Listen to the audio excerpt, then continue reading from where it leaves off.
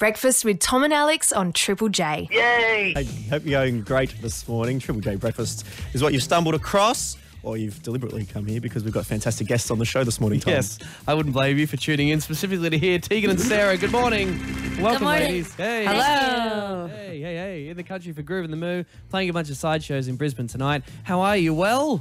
We're doing very well. Thanks so much for having us on. That's okay. Now, plenty of people listening around Australia, they want to know who is Tegan, who is Sara. Can you say a little sentence that describes yourself each? So for the rest of the interview, everyone will be able to tell. All right, this is Tegan, and I have a bit of a cold, so you might be able to tell the difference because I've got a bit of a lower register today. It's a sexy husk. It's a sexy husk. That's my new thing. We have a new record, and I have a new sexy voice. Wow, very nice. She's been smoking 600 cigarettes to catch up. You know, just all those years of healthy behavior. Now she's got to catch up. Gosh, it's all turning around. All right, Sara, how about you? Yeah, I'm doing fine. I have a little bit of allergies, but I'm not allergic to your country. I just think I'm overexcited. Oh, great. Shucks. That's very nice. See, I know. I really do love it here. Awesome. Well, you've been playing some massive shows around the place. We'll get into that. We'll find out how Groove in the Mood treated you guys. And I want to ask you about this. What role New Kids on the Block? Hanging tough. I think the next record is you doing a series of New Kids on the Block covers. Oh, my God. Maybe. We're going to milk that exclusive out of Tegan and Sara this morning as they hang out with us on Triple J. Let's have a listen to the new music we've had from you guys off the album Heartthrob. Heartthrob, here we go. The new single, Closer. It's good, synthy fun. Have a dance. Hey, everybody. You are listening to Triple J with Tom and Alex, and this is Tegan and Sara. And that was Closer. Yay. Oh, like pros. Guys, are we hired? You are in like I was so nervous. God. No, that was very, very good. I guess it My comes palms are sweating. People are very impressed with your stage banter of Tegan and Sara tour around, and so it translates very nicely to radio. Didn't the first gig you ever played, you didn't have enough material to last the set time, so you just had to fill time?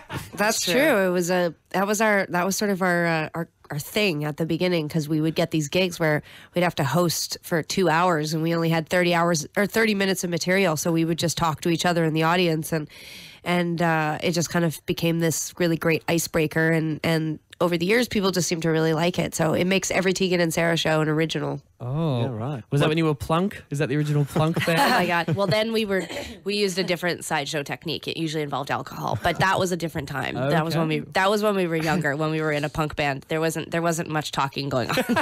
Just against the man, just yelling, man. Bring down the system from the inside. Yeah.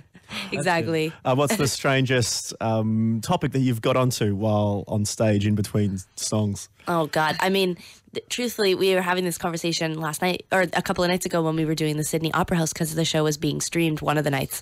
And I felt the first night at Sydney Opera House was actually a little bit looser for us because we weren't worrying about it being streamed out to all of these people. And with the second show, you know, I'm much more aware of like, okay, don't talk about anybody that we know publicly. Like, don't swear. Don't talk about our romantic lives. Like, you know, I think over the years we've become much more aware of being in control of what we're talking about because of the internet and YouTube clips and that sort of thing. Back in the late 90s and early 2000s, we were just like running our mouths all the time, not worried about it. No one has their phones up in the air, just filming it. Exactly. The good old days where you couldn't be blackmailed with YouTube clips, you know? If you want to be offended, you had to be there at the Tegan and Sara show. Exactly. Well, exactly. You didn't refrain from telling stories about New Kids on the Block. Yeah. And we just heard that new track, Closer, from the new record Heartthrob, which we got in January at the start of the year. Just what role? Throbbing Pumping away through the synths. Lord. Dear me, I feel ill. What role did New Kids on the Block play in the new Tegan and Sara record, please, ladies?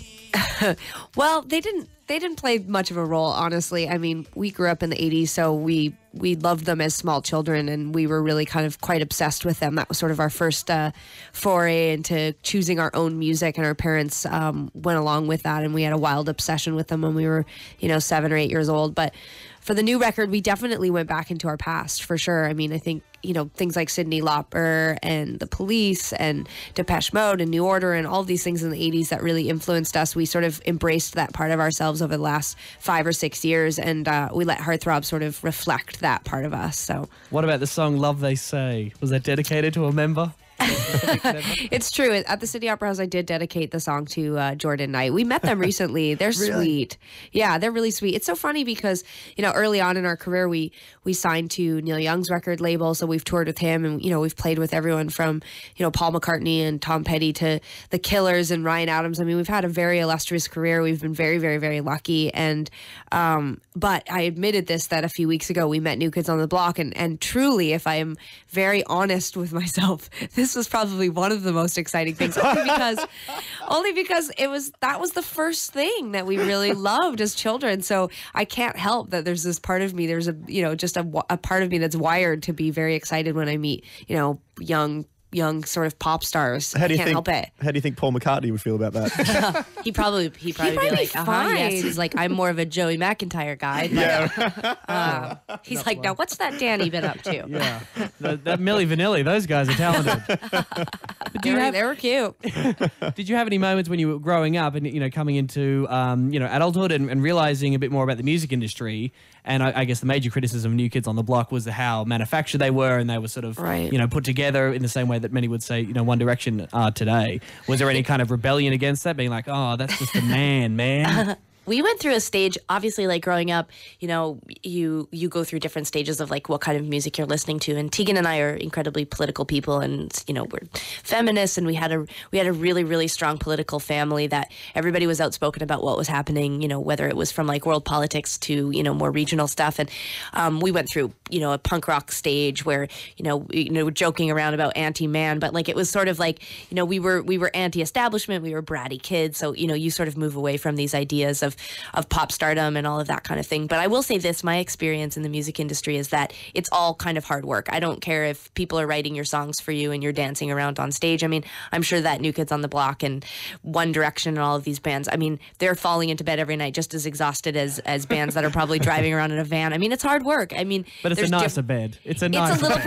probably a nicer bed. In Springs, really? Yeah. I reckon. Although it's like, I mean, you have to, I think for us, like, we've always been in a band where we've written our own music and we've been very much in control of our own career. And, I feel like it's easy to sort of like look at the big pop stars of the world and think that they have it easier. But my experience, knowing a lot of, maybe more like pop star-y mainstream type artists now, I think they're working just as hard. I really do.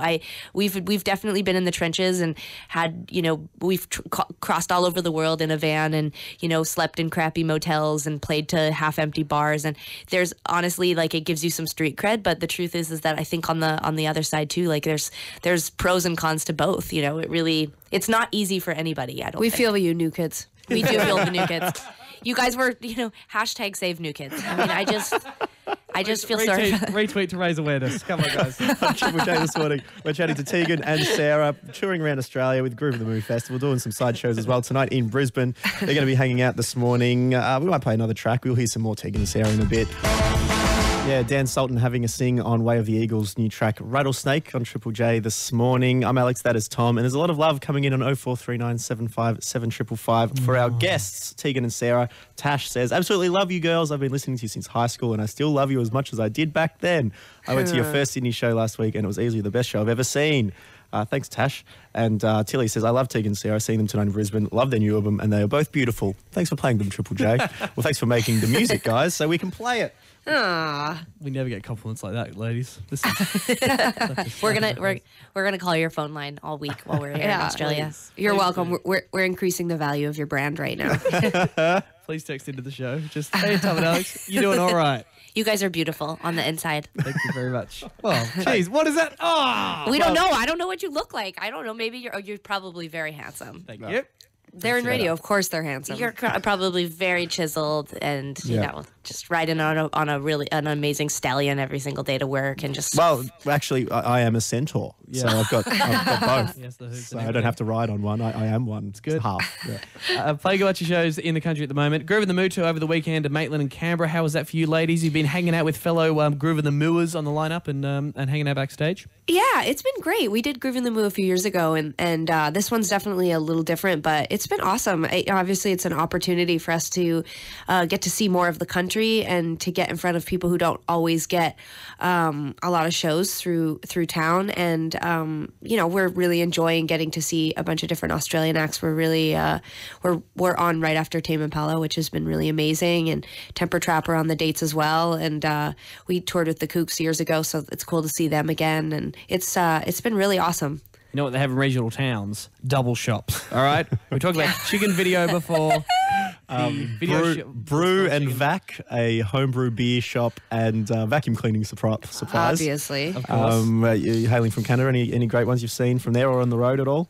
Okay, so I don't think this completely fits your criteria, but it's just too good, and I have to just tell you it. So we were just in California shooting a music video out in like a suburban kind of location, and there was the most amazing shop, and I don't know if it was a double shop, but let's just pretend it was. And the title was Tight Assets, and it was definitely...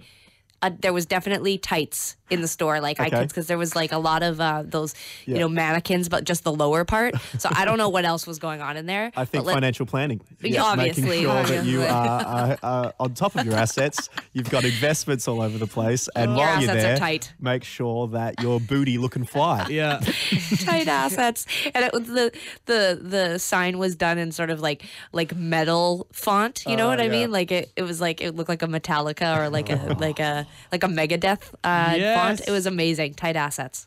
Some other funny titles did come through. Not exactly what we're looking for, but we'll accept them anyway. A toasted sandwich place in Perth apparently called Toast Faced Griller.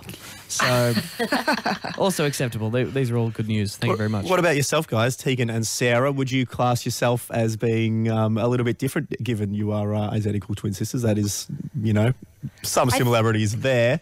But what about personality-wise? Do you clash like Brews and Vax? Right. I think we get along pretty good, considering how much time we have to spend together. There's not very many fights these days, but we have different perspectives on things. We write differently, and we tend to approach our business a bit different. But I think that's what probably makes it Tegan and Sara, is that there are these two different opinions, and I think it helps. Sarah's a bit more indie, and I'm a bit more mainstream, and I'm a bit more outspoken, and Sara is a bit more of an introvert. She tends to think about things before she speaks, and she says it's good. Potato, I say potato. Exactly. She says tomato, I say tomato. Do you have any freaky? I'm sorry if you've been asked this a million times, but do you have any freaky twin stuff going on? Because I was just reading this article. Oh God, that doesn't sound good. I was just reading this article about crazy shit. Like these Ohio twins, James Edward Lewis. He married a woman named Linda, then divorced her, married a woman named Betty, with whom he had a son named James Allen, and his twin brother did exactly the same thing with exactly the same name. Creepy. I mean, that's what happens in those small towns. There's not a lot of.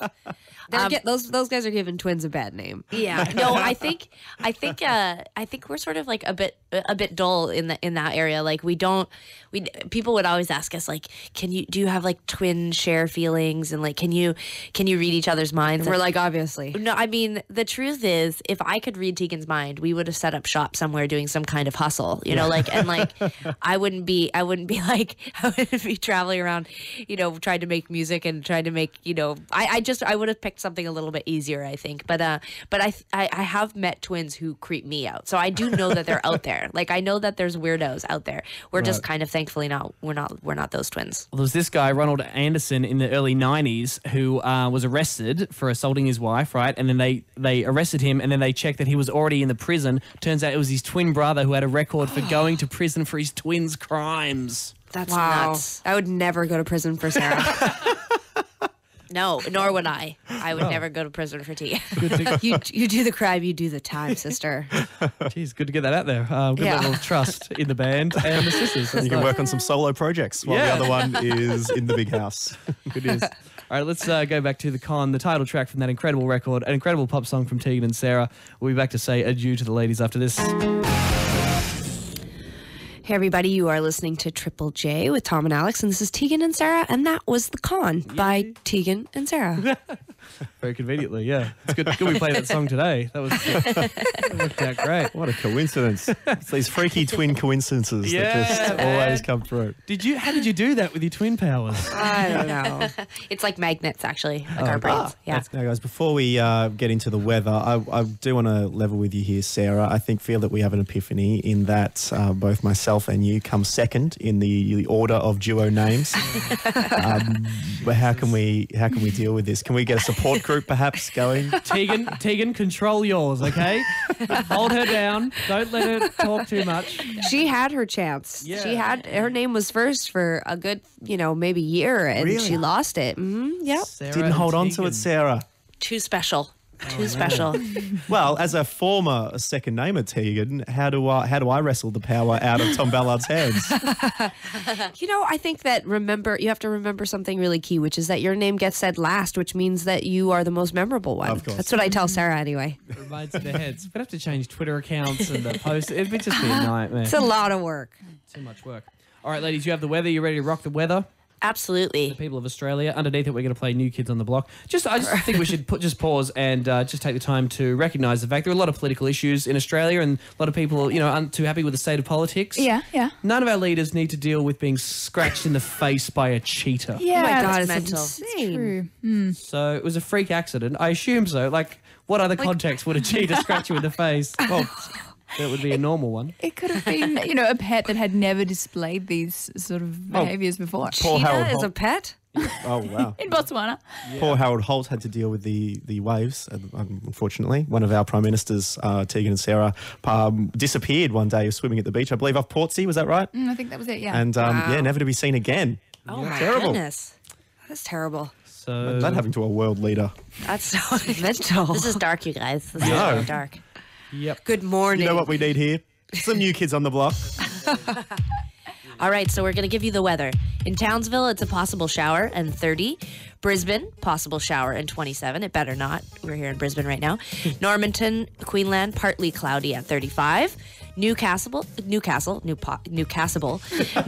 possible shower, 24. Sydney, possible shower, 24. If you can remember any facts- bummer. Yeah, it's not, we're getting towards winter is coming, as Game of Thrones might say. I'm sorry. Basically, it's going to shower. Yeah. Canberra, rain and 20.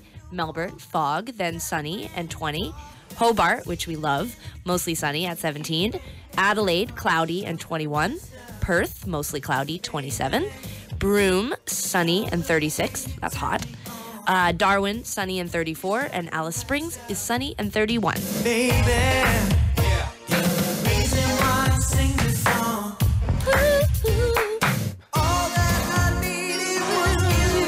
Oh, it's a great pre-chorus. I love it. Would it be too much to ask for a New Kids on the Block cover sometime in your live show as you head around the place? You know what? You never know. I mean, I feel like our audience is actually, I swear to you, this is actually dating us, but a lot of our fans don't know who New Kids on the Block are. Like, they really don't. Like, We is a tell good that thing. story and This they is seem a little phased. Seriously, this is a good thing because we're trying to stay relevant, survive. This is we're entering our second decade of being in a band, and we need to see young faces. This is what we need. And a lot of them are like, who the heck are New Kids on the Block? To be fair, they're taking the piss calling themselves New Kids on the Block. Like, they really True. It's true. jumped that one, sure.